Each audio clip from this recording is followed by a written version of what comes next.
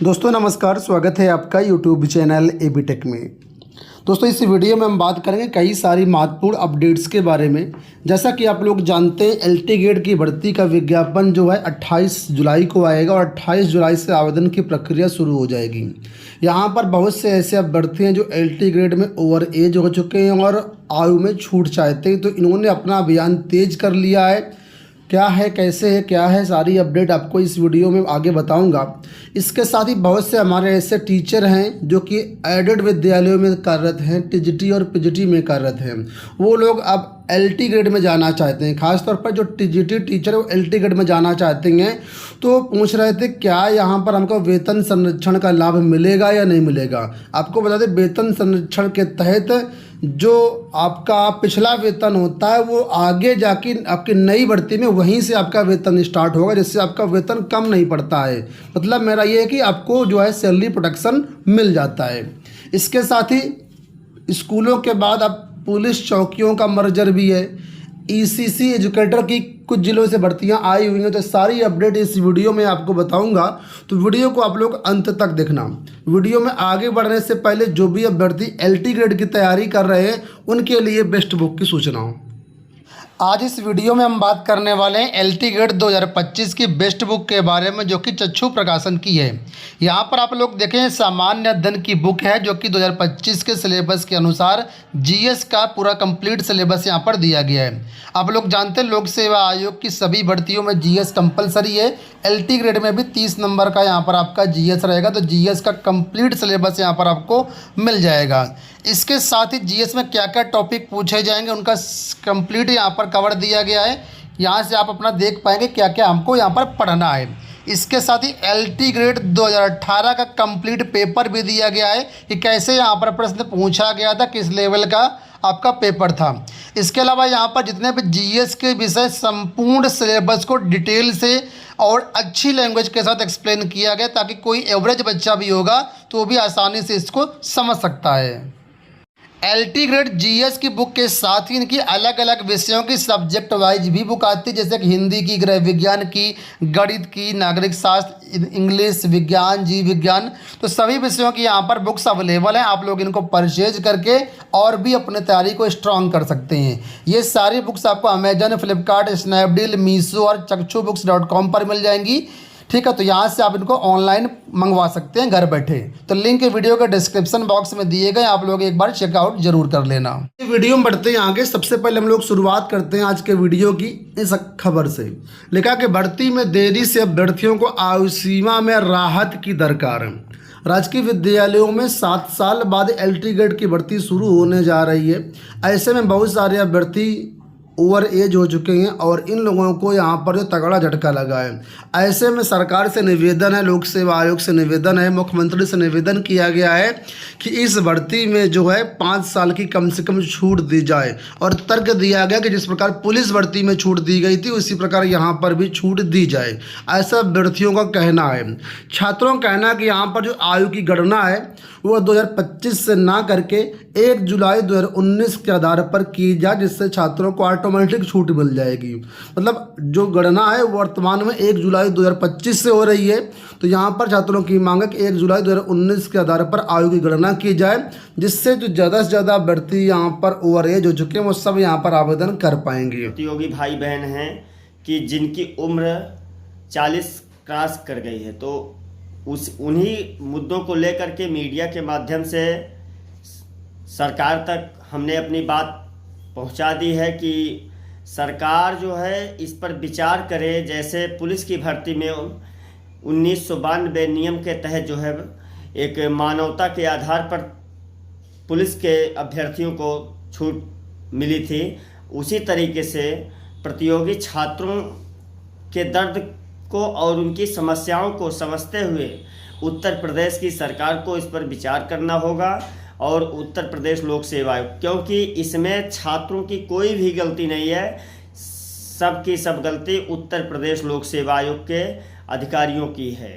तो इसी सब मुद्दों को आज हम आपके बीच में लेके आए हैं कि आप लोग जहां भी हैं, जिस स्थिति में हैं, जैसे भी हैं, जिस तरीके से हैं, अपने सांसद विधायक को पकड़िए जो भारतीय जनता पार्टी के हैं, अपनी बात स्वयं आप लोग मुख्यमंत्री को तक पहुंचाइए, क्योंकि हम लोग लगातार सरकार को और जो है क्या कहते हैं आयोग को घेर रहे हैं। तो आप लोग भी एक्टिव हो जाइए। जो अगर आप भी इससे प्रभावित हैं तो आपको ये काम करना ही पड़ेगा। अब वेतन संरक्षण को हम लोग बात कर लेते हैं। यहाँ पर आपको बता दें कि अगर आप वर्तमान में टीजीटी में कार्यरत हैं, मान लीजिए टीजीटी में कार्यरत हैं, ठीक है, और अभी आपका बेसिक पे मान लीजिए यहाँ पर 55,000 चल रहा है, ठीक है, और अब यहाँ पर एलटी ग्रेड का फॉर्म भरना चाहते हो तो एलटी ग्रेड में अगर आप जाएंगे बिना वेतन प्रोडक्शन के तो आपका बेसिक स्टार्ट होगा 44,900 से, ठीक है। तो यहाँ पर वेतन आपका कम हो जाएगा। तो बहुत सारे ऐसे साथी हैं जो चाहते हैं उनको वेतन प्रोडक्शन मिल जाए, जिससे उनका जो वर्तमान वेतन है वही वेतन वहाँ पर एलटी ग्रेड में भी मिलना शुरू हो जाए, यानी वेतन शुरू से ना शुरू हो उनका, ठीक है। तो इसके लिए यहाँ पर वेतन प्रोटेक्शन एक्ट होता है, तो उसकी कॉपी मैं आपको दिखा रहा हूँ। ऐसा जो लाभ पहले कुछ शिक्षकों को मिल चुका है, वेतन प्रोटेक्शन उनको दिया जा चुका है, तो आप ध्यान से समझिए। यहाँ पर देखिए ये आदेश है 29 जून 2018 का। इसमें एक शिक्षक थे दयाराम जी जो कि प्रवक्ता थे, राजकीय इंटर कॉलेज बांदा में ये नियुक्ति मिली थी इनको। ये पहले जो है एडेड में थे। इनको वेतन निर्धारण के संबंध में यहाँ पर जो शिक्षा निदेशालय के वित्त नियंत्रक की तरफ से पत्र लिखा गया था डीआईएस को। यहाँ पर देखिए बताया गया है कि चयन बोर्ड से पहले चयनित हुए थे, प्रवक्ता अंग्रेजी थे, ये इनका कॉलेज था पहले, और यहाँ पर 1/1/2009 को ये नियुक्त किए गए थे। वेतन ग्रेड पे जो है इनका 4800 था।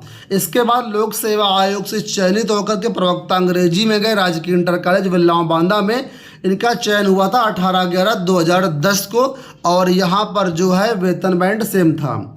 तो इसमें जो है कुल मिलाकर के इन्होंने वित्त नियंत्रक ने यहाँ पर परमिशन दी थी कि जो भी इनका वेतन प्रोटेक्शन है उसको जो है लाभ दिया जाए। देखिए नीचे लिखा हुआ है कि अतः 12 जून 1998 के निहित प्रावधानों के अनुसार श्री दयाराम प्रवक्ता का वेतन संरक्षित किया जा सकता है। यानी साफ तौर पर वित्त नियंत्रक ने कहा था इनको वेतन प्रोटेक्शन का लाभ मिल सकता है। तो एक्चुअल में ये जो शासनादेश है ये बहुत पुराना है। शासनादेश वेतन प्रोटेक्शन का 12 जून 1998 का। तो इसी शासनादेश के अंतर्गत वर्तमान में वेतन प्रोटेक्शन आपको दिया जाता है।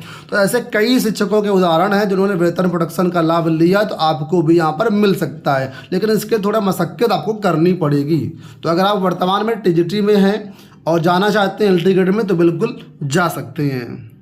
अब बात कर लेते हैं ईसीसी एजुकेटर भर्ती के बारे में। तो यहाँ पर देखिए ये आपके सामने नोटिफिकेशन है। 3 जुलाई को नोटिफिकेशन जारी किया गया है। आवेदन करने की लास्ट डेट 3 अगस्त 2025 रहेगी। 110 पद यहाँ पर हैं, और ये जो वैकेंसी है सभी मतलब अभ्यर्थियों के लिए, पुरुष महिला के लिए। बाकी मैं इसमें आपको बता देता हूँ किस जिले से वैकेंसी है। तो जालौन जिले से वैकेंसी है, ठीक है। 21 से 40 वर्ष के अभ्यर्थी यहाँ पर आवेदन कर सकते हैं। आवेदन के लिए आप लोग सेवायोजन की वेबसाइट पर जाना होगा।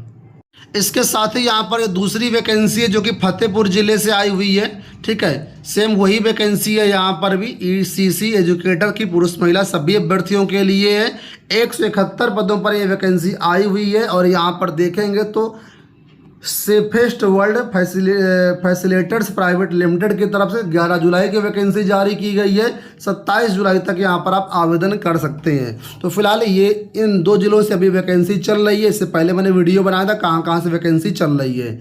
तो आप सेवायोजन की वेबसाइट पर जाकर के आवेदन कर सकते हैं। बाकी किसी भी अपडेट के लिए हमारे टेलीग्राम को ज्वाइन कर लीजिए। टेलीग्राम में आपको सारी सूचनाएँ मिलती रहेंगी। अब अंत में यहाँ पर देखिए अपडेट है पुलिस को लेकर के। आप लोग जानते हैं अभी परिषदीय विद्यालयों का मर्जर किया गया, बहुत सारे परिषदीय विद्यालय बंद किए गए। उसी प्रकार यहाँ पर देखिए कार्यालय पुलिस उपायुक्त सेंट्रल कमिश्नरेट कानपुर नगर की तरफ से नोटिफिकेशन है जहाँ पर पुलिस चौकियों का मर्जर किया जा रहा है, यानी पुलिस चौकियों को बंद किया जा रहा है। यहाँ पर देखेंगे तो बताया गया है कि ये देखिए चौकी बीट का नाम जिसे समाप्त किया जाता है। तो ये कानपुर में 3 चौकी थी, चौकी नगर निगम, चौकी खलासी लाइन, चौकी ग्वालटोली और बीट लाटूस रोड। इनको यहाँ पर समाप्त किया गया है, ठीक है। और जिनमें मर्जर किया गया उन चौकियों का नाम आपको यहाँ मिल जाएगा। यानी चौकी नगर निगम को थाना स्वरूप नगर में मर्ज कर दिया गया है, खलासी लाइन को ग्वालटोली में मर्ज कर दिया गया है थाने में, और इसी तरह सबके सामने यहाँ पर मेंशन किया गया है। तो स्कूलों के बाद अब पुलिस चौकियों का मर्जर शुरू हो चुका है। अब आने वाले समय में किस विभाग में मर्जर होगा ये देखने वाली बात होगी। अगली अपडेट लखनऊ से है। परिवहन निगम में 204 चालकों की भर्ती के लिए 29 और 30 जुलाई को रोजगार मेला लगाया जाएगा। ठीक है, इसके लिए बताया गया है कि 29 और 30 जुलाई को driver training and counselling centre Awadh बस अड्डा में रोजगार मेले का आयोजन किया जा रहा है। जो भी अभ्यर्थी इंटरेस्टेड है यहाँ पर जाकर के चालक की नौकरी ले सकते हैं।